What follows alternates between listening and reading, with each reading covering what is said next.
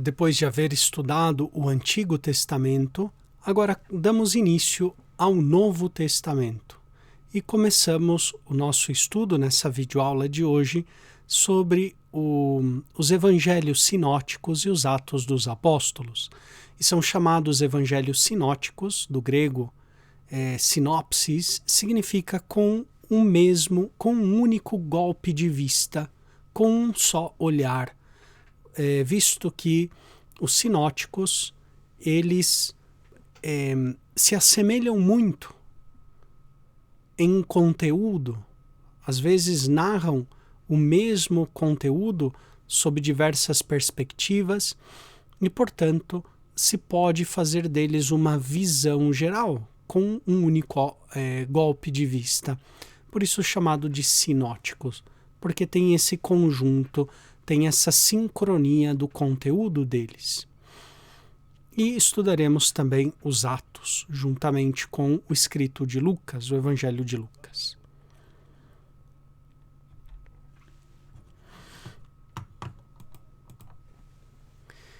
Aqui, em primeiro lugar, surge o problema sinótico.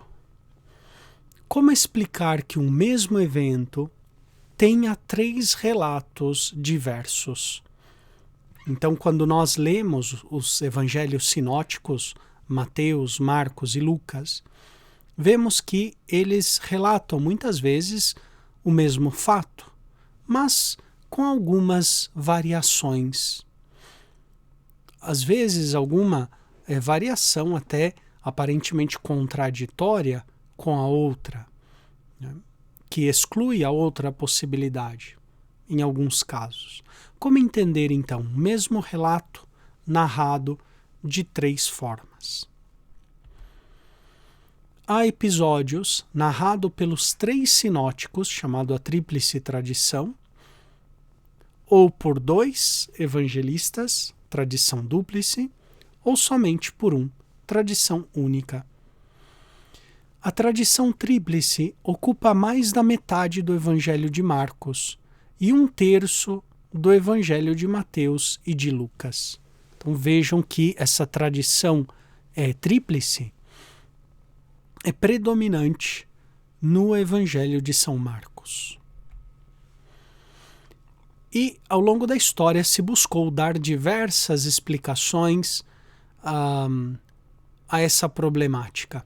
A primeira explicação é a da via psicológica, ao modo de Santo Agostinho, ou seja, as diferenças provêm das diferentes personalidades dos evangelistas, né? Porque, de fato, quando 2 pessoas que estiveram no mesmo acontecimento nos vão narrar a história, vão narrar sempre sob a própria perspectiva, o seu ponto de vista, algo que lhe chamou a atenção, algo que para ele é importante comunicar naquele momento.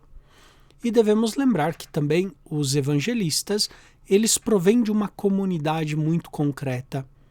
E os destinatários principais dos evangelhos são aquelas comunidades que tinham determinadas necessidades, as quais o evangelista tenta suprir com o seu escrito, fazendo-lhes lembrar e viver as palavras de Jesus.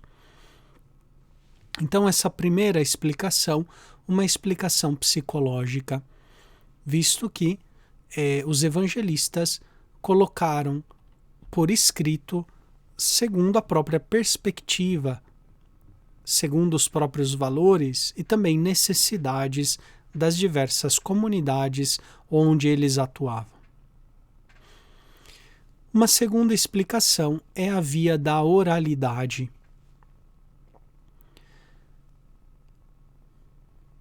A maior parte dos escritos, eles provêm de uma tradição oral, da pregação dos apóstolos.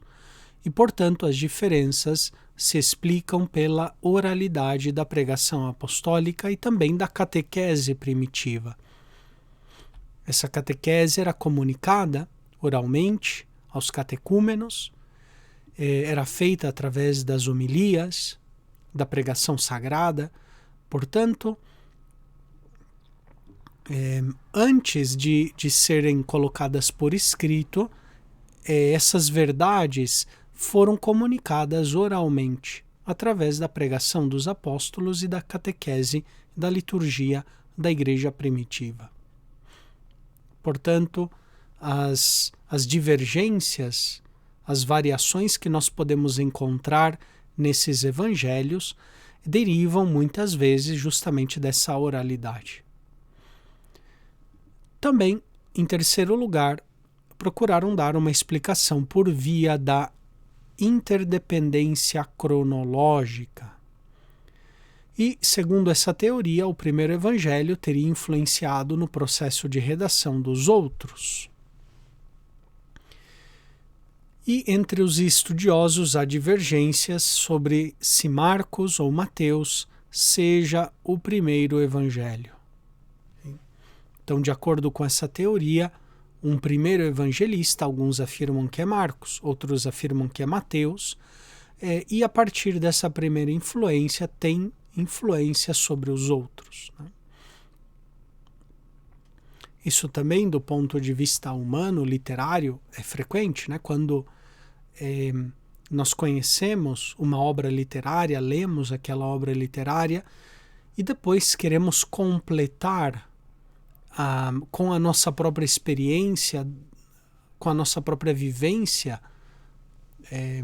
aquele fato já narrado anteriormente. É normal que alguns fatos nós omitamos porque pensamos que já está muito bem escrito ou descrito e acrescentamos outros elementos que para nós pareçam importantes, que talvez não tenham sido enfatizados suficientemente pelo primeiro autor que narrou aqueles fatos. Então, a explicação da via da interdependência cronológica. Existe também a explicação por via da documentação múltipla, segundo a qual Marcos influenciou em Mateus e Lucas no que eles têm de semelhante.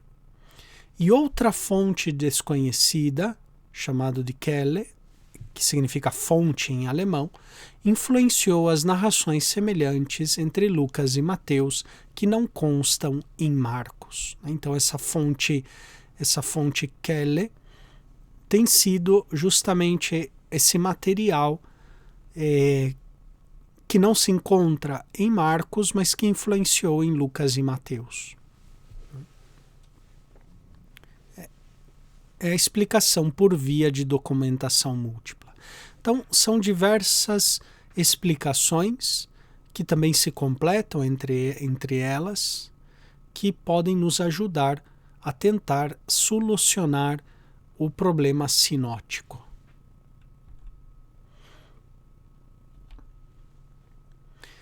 E, em primeiro lugar, vamos abordar o Evangelho segundo Marcos.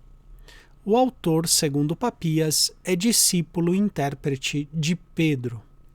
É um judeu cristão e no seu texto isso é nítido porque encontramos muitos semitismos. Ele escreve em grego, mas um grego muito dependente da mentalidade da cultura judaica. Os destinatários de Marcos é uma comunidade não judaica, porque explica ritos e lugares, como o lavar pratos, lavar as mãos, né? Os lugares da Palestina, explica onde estão, etc. Então, se supõe que os destinatários não são judeus, porque de fato conheceriam esses ritos, esses lugares, sem necessidade de explicação. Provavelmente eram pagãos, alguns deles sim de proveniência judaica, mas que passavam por perseguição.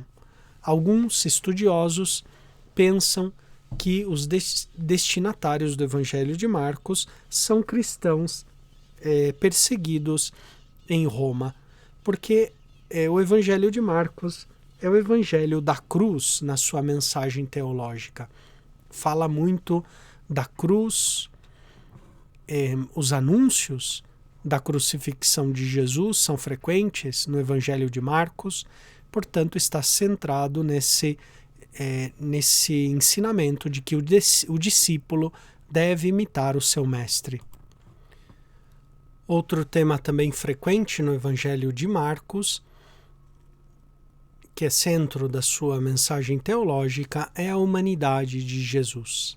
Ele é chamado em Marcos muitas vezes como Filho do Homem. Portanto, enfatizando a sua geração humana, como vemos na genealogia de Marcos, mas esse Filho do Homem é Filho de Deus. Depois, Jesus é o Messias esperado pelos judeus. Esse forte messianismo que nós vemos no Evangelho de Marcos. E, finalmente, é Filho do Homem, mas é Filho de Deus. A genealogia, o início da genealogia de Marcos, já é uma síntese de todo o Evangelho. Jesus tem essa descendência humana, segundo a carne, mas ele é Filho de Deus, sendo a segunda pessoa da Santíssima Trindade.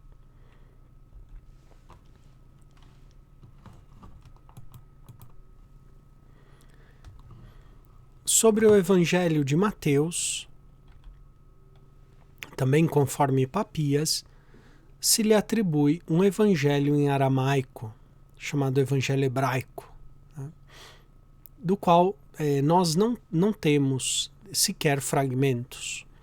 Temos notícia em Papias, em outros escritores dos primeiros séculos, mas não temos nenhum fragmento desse evangelho que seria escrito em aramaico por Mateus. O autor também é identificado com aquele que estava na coletoria dos impostos, né, com Levi, que era coletor de impostos. E os destinatários são uma comunidade judaico-helenística urbana e rica. Se vê isso pelo uso do tipo de moedas que se faz, as comparações com algum tipo de veste nobre, rica. Então se deduz que essa comunidade era judaico, mas estava em um contexto grego, urbano e rico. E a comunidade também vivia num contexto litúrgico e catequético. De fato, o Evangelho de Mateus, segundo Papias, ele é muito bem organizado e, de fato, né, tem partes de sermão, tem partes de milagres, tem um capítulo dedicado a parábolas. É uma espécie de manual litúrgico catequético também, onde o autor vai compendiar todos os fatos relacionados com Jesus e com a vida daquela comunidade que recebe esse texto. E a mensagem teológica de Mateus é o evangelho eclesial, o evangelho comunitário, a vida da igreja. É um evangelho que é muito marcado pelos seus destinatários. Fala muito também, é o evangelho do reino de Deus, e que apresenta Jesus como novo legislador, como novo Moisés. Assim como Moisés recebeu a lei no Monte Sinai, assim Jesus nos dá a nova lei no Monte das Bem-aventuranças. E ele supera, não abole, mas supera a lei antiga, né? Dizendo: ouvistes o que foi dito aos antigos, não matarás, eu, porém, vos digo. Né? Então, esse eu, porém, vos digo, Jesus se coloca como novo legislador, com uma autoridade superior à autoridade de Moisés.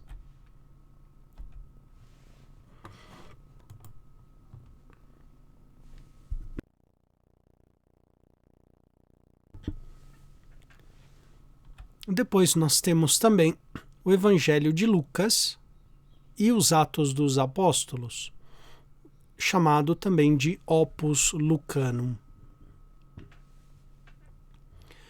O autor do Evangelho e dos Atos são o mesmo, porque tem o mesmo estilo, as mesmas inclusões de início e fim de narração.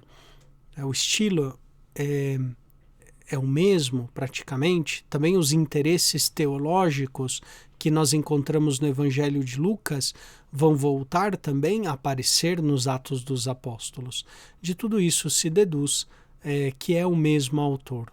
É o evangelista Lucas, que, segundo a carta de São Paulo, era médico, portanto muito atento aos detalhes, com um grego muito culto, muito elevado, muito elegante, né, e muito preciso. E, portanto, os destinatários de Lucas são cristãos helenistas, já não cristãos predominantemente judeus, mas provindos do paganismo, porque ressalta o universalismo e omite o que Mateus refere somente aos judeus. O Evangelho de Mateus está num contexto mais judaico, enquanto que o de Lucas em um ambiente mais helenista.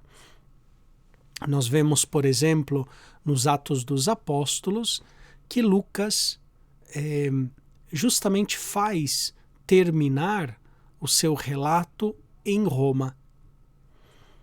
E Roma sempre é vista com bons olhos, porque ali é a capital do mundo e, portanto, ali também está chamado a chegar o Evangelho e dali ir a todas as nações, todas as culturas, uma vez chegado ao centro do império do mundo daquela época, que era a cidade de Roma. Então, em Lucas é muito presente esse universalismo da salvação. E a mensagem teológica de Lucas fala da salvação dos gentios, justamente em vista dos seus destinatários, e apresenta a história. Lucas, ele se coloca como um historiador, sobretudo nos seus prólogos, tanto do Evangelho como dos Atos dos Apóstolos. Ele faz um prólogo ao estilo dos autores antigos, sobretudo dos historiadores antigos. Mas ele apresenta a história como história de salvação. E, portanto, Jesus é o Salvador e o Senhor da história. Ele que vai guiando os rumos da história e vai inspirando os apóstolos na sua pregação e os acompanha com milagres e prodígios.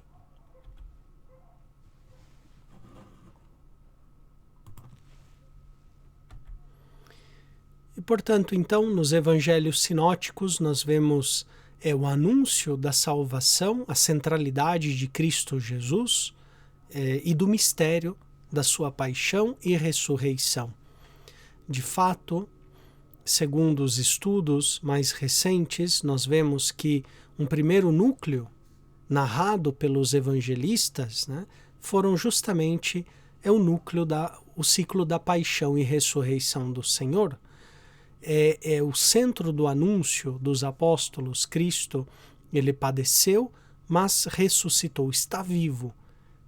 E a partir do relato da paixão e da ressurreição do Senhor, os evangelistas também foram narrando os eventos que aconteceram com Jesus desde o seu nascimento até a sua ascensão ao céu.